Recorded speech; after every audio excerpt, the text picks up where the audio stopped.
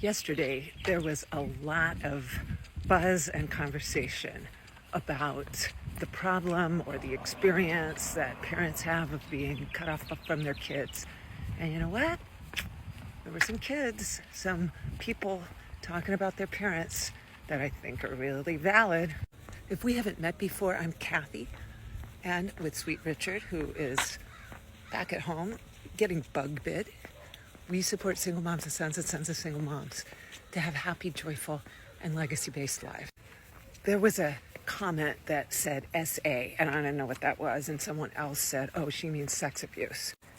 And that's got to be acknowledged, that there are people who are really damaged because when they were children, there were members of their family, trusted adults, who abused them, and there were others who should have protected them and who didn't.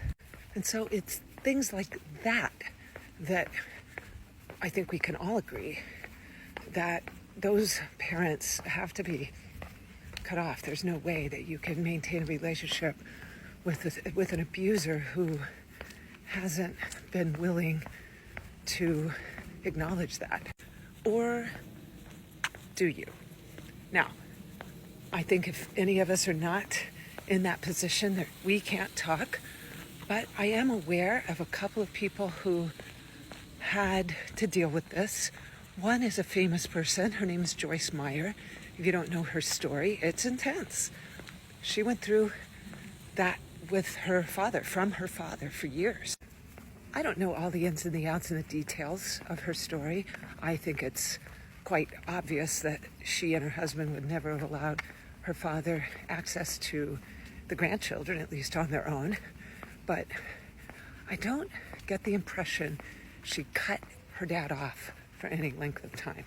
At the end of his life, she actually was asked by God, like she felt it was God telling her, buy your parents a house and support them until they die.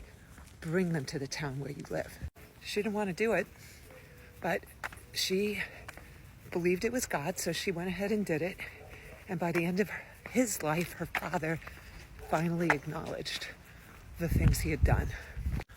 All I could say is that Joyce Meyer seems to be totally free, totally powerful. She's doing a lot of important and very meaningful work around the world, helping a lot of people. But hey, I can't imagine if that was my story. And what do you think?